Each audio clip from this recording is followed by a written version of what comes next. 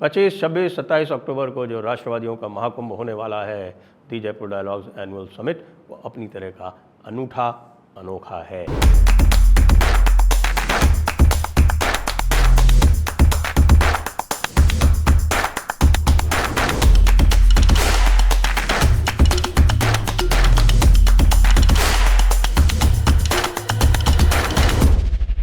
इतने सारे राष्ट्रवादी वक्ता, चिंतक, लेखक और इतनी बड़ी राष्ट्रवादी ऑडियंस आपको एक स्थान पर संभवतः कहीं नहीं मिलेगी। इसलिए आप लोगों के लिए बहुत सारे यूनिक अवसर हैं, अपॉर्चुनिटीज़ हैं। वो क्या क्या हैं? आप सेशन स्पॉन्सर कर सकते हैं, आप ब्रांड प्रमोशन कर सकते हैं। हमारी बहुत सारी स्टॉल्स भी लगेंगे इस बार, क्योंकि इस बार हमने इसको पूरा एक्सपेंड किया है। इसलिए आप लोग रजिस्ट्रेशन कराएं। तेज़ी से रजिस्ट्रेशन फिलअप हो रहे हैं, तो रजिस्ट्रेशन तुरंत कराएं और हमें हमारी क्राउड फंडिंग एफर्ट के लिए कंट्रीब्यूट भी करें, जो कि आप ऊपर दिख रहे QR के माध्यम से कर सकते हैं। नमस्ते। चीन के साथ भारत के संबंध जो हैं वो अब सुधरने वाले हैं, ऐसा सुना जा रहा है। क्यों सुधरने वाले हैं? इसलिए नहीं कि चीन सुधर गया है, इसलिए कि चीन जो है बड़ा सशंकित हो गया है। जी हाँ, अब लेटेस्ट देखिए, भारत के प्रधानमंत्री नरेंद्र मोदी ब्रुनेई की यात्रा पे गए। ब्रुनेई क्या है? आप यदि देखें थोड़ा सा, साउथ चाइना सी का जो सदर्न पार्ट है उसमें एक द्वीप है। उस द्वीप के 3 हिस्से हैं। एक सबसे बड़ा हिस्सा है वो इंडोनेशिया का कालीमंतान है। उसके बाद फिर उसका जो उत्तरी हिस्सा है, बल्कि आप समझ लें उसका उत्तरी पश्चिमी हिस्सा मान लें, तो वहाँ पर सारावाक, वो सारावाक प्रांत है मलेशिया का, और उसी सारावाक प्रांत के छोटे से भूभाग में मुश्किल से कोई आप समझ लीजिए 100-150 स्क्वायर किलोमीटर का एक देश है ब्रुनेई। तो वो ब्रुनेई में भाई भारत के प्रधानमंत्री नरेंद्र मोदी जी, ये जिनको चीन भी चाहता है कि उनके यहाँ आएँ, रूस भी चाहता है कि उनके यहाँ आएँ, अमेरिका भी चाहता है उनके यहाँ आएँ, ब्रुनेई में क्या कर रहे हैं? जो एक आपने देखा होगा कि एक जॉइंट कम्युनिके जारी हुआ, उसमें बहुत सारी चीज़ें लिखी थी, साथ में डिफेंस कोऑपरेशन लिखा था। अब ये जो डिफेंस कोऑपरेशन है ये क्या है?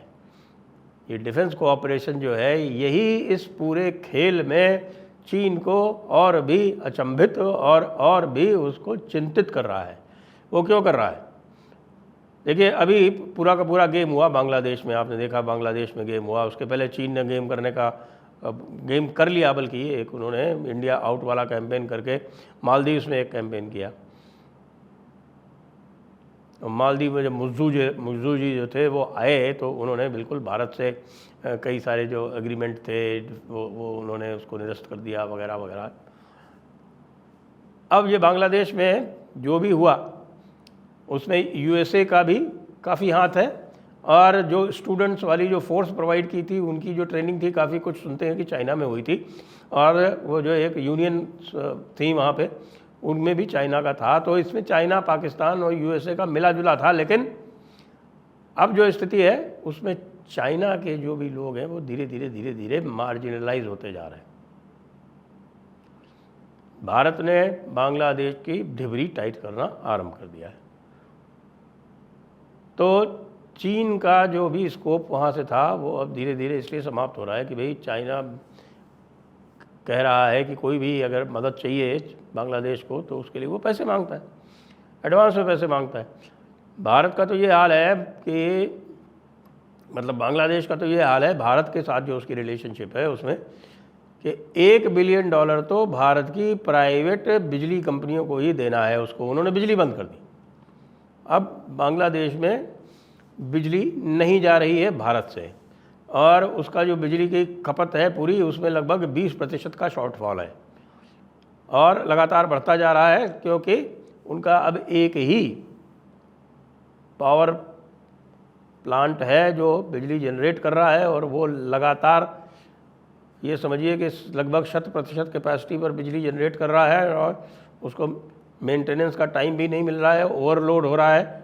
किसी भी दिन आप सुनेंगे कि बांग्लादेश में बिजली की एक भी यूनिट नहीं जनरेट हो रही है, और बाहर से, भारत से तो अब देने का प्रश्न ही नहीं उठता। इसीलिए भारत ने जो अडानी का जो गोड्डा जो एक स्थान है, आप जानते हैं निशिकांत दुबे जहाँ से सांसद हैं, वहाँ पर एक प्लांट है जो स्पेशली बनाया गया था डेडिकेटेड टू बांग्लादेश।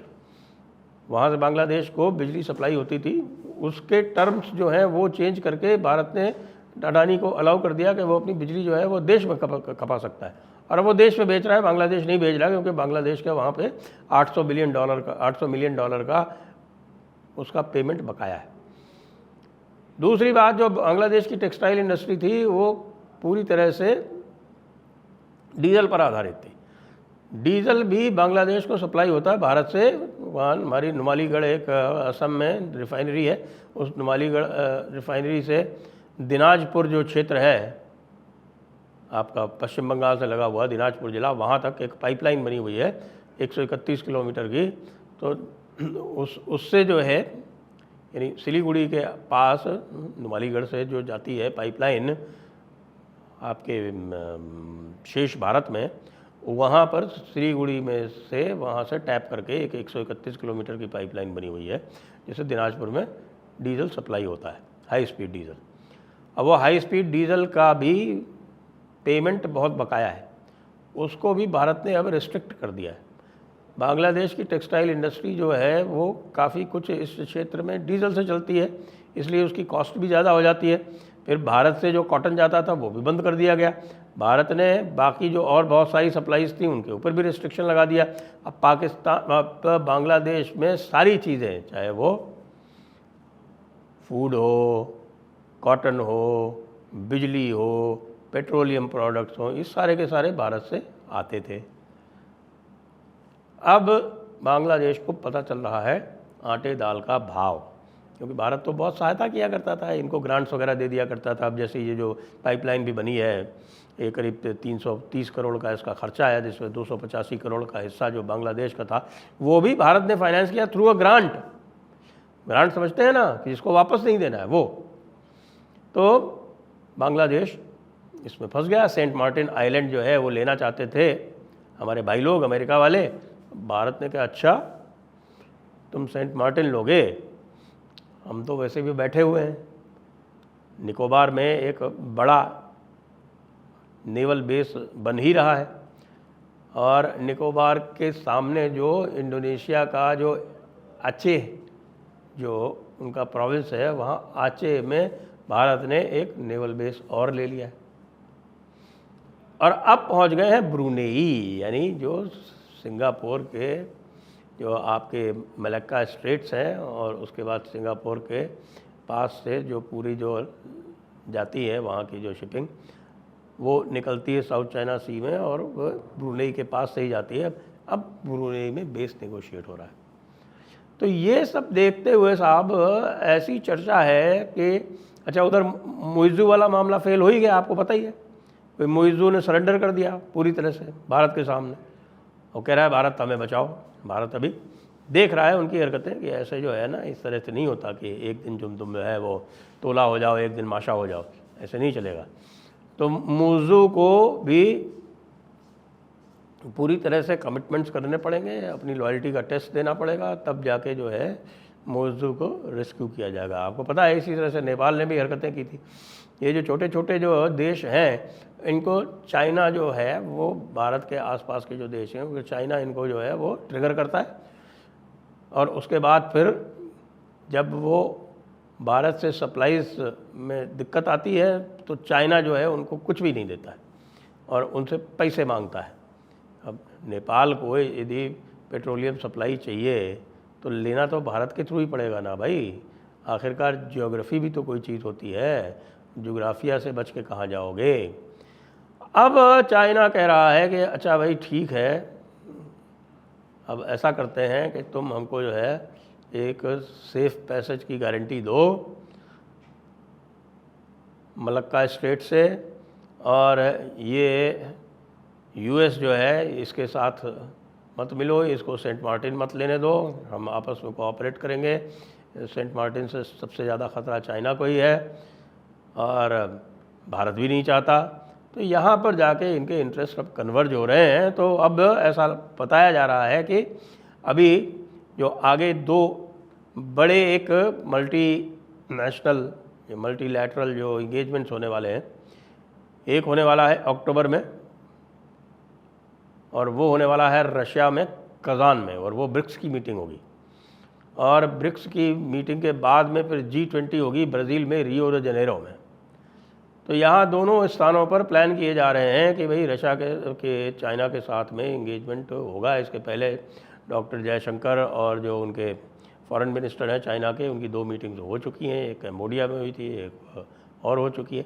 और ये ग्राउंड कर दिया गया और उसमें ये तय किया जाएगा कि चाइना जो है वो लद्दाख के जो 2 क्षेत्र जहाँ पर वो अटका हुआ है, देप्सांग और देमचोक, वहाँ से भी विड्रॉ करेगा। अभी उसने गलवान से, पैंगोंग त्सो से, हॉट स्प्रिंग से, यहाँ से तो उसने स्टेटस को एंटी रिस्टोर कर दिया है, लेकिन अभी देप्सांग देमचोक में नहीं हुआ है। देप्सांग और देमचोक में भी होगा और वो कमिटमेंट करेगा कि बॉर्डर को पूरी तरह से डीलिमिट और डीमार्केट किया जाए। तो चीन भी धीरे धीरे रास्ते आ रहा है, लेकिन भारत जो है वो थोड़ा चीन से आगे बढ़ने में फूंक फूंक कर कदम रख रहा है, क्योंकि चीन भी उतना ही अनरिलायबल है जितना हमारा अमेरिका बहादुर जो है वो भी बहुत अनरिलायबल है। अब आप देखिए, उसने पाकिस्तान को ही अबेंडन कर दिया। पाकिस्तान में भी आप ये देखें कि बलूचिस्तान में एक तरह से फ्रीडम मूवमेंट इस हद तक पहुंच चुका है कि महरांग बलोच भी जो हैं वो अब बलूचिस्तान की स्वतंत्रता की बात करने लगी। और BLA ने तो एक तरह से 40% 50% एरिया बलूचिस्तान का स्वतंत्र करा ही लिया है। अब इसमें भी कहीं ना कहीं से अमेरिका का हाथ देखा जा रहा। अमेरिका पूरी तरह से खुल के आ नहीं रहा साथ में, और इसलिए नहीं आ रहा है क्योंकि अमेरिका ये चाहता है कि चीन जो है उसका सीपेक पूरी तरह से बर्बाद हो जाए बलूचिस्तान में। तो हमारे पाकिस्तानी बंधु जो हैं वो भी, उनकी गति भी सांप छछूदर जैसी हो रही है। लगभग आप ये समझें कि 30 से 35% क्षेत्र जो है उनके देश का वो आउट ऑफ कंट्रोल है। और इधर अमेरिका जो है वो भारत को तंग तो कर ही रहा है, मणिपुर में तंग कर रहा है। देखिए, अभी आपने देखा कि किस तरह से वहाँ पे ड्रोन से बम छोड़े गए, तो that is an act of war. और इसलिए भारत जो है वो अमेरिका को जो ठेंगा दिखा रहा है, इसलिए अमेरिका रिटेलिएट करने का प्रयास कर रहा है। और यही कारण है कि भारत और चीन की जो प्रतिस्पर्धा थी वो अमेरिका के कारण, हाँ जी, अमेरिका जो है will achieve the impossible. What will that be? That they will bring India and China closer. जय हिंद, जय भारत, वंदे मातरम।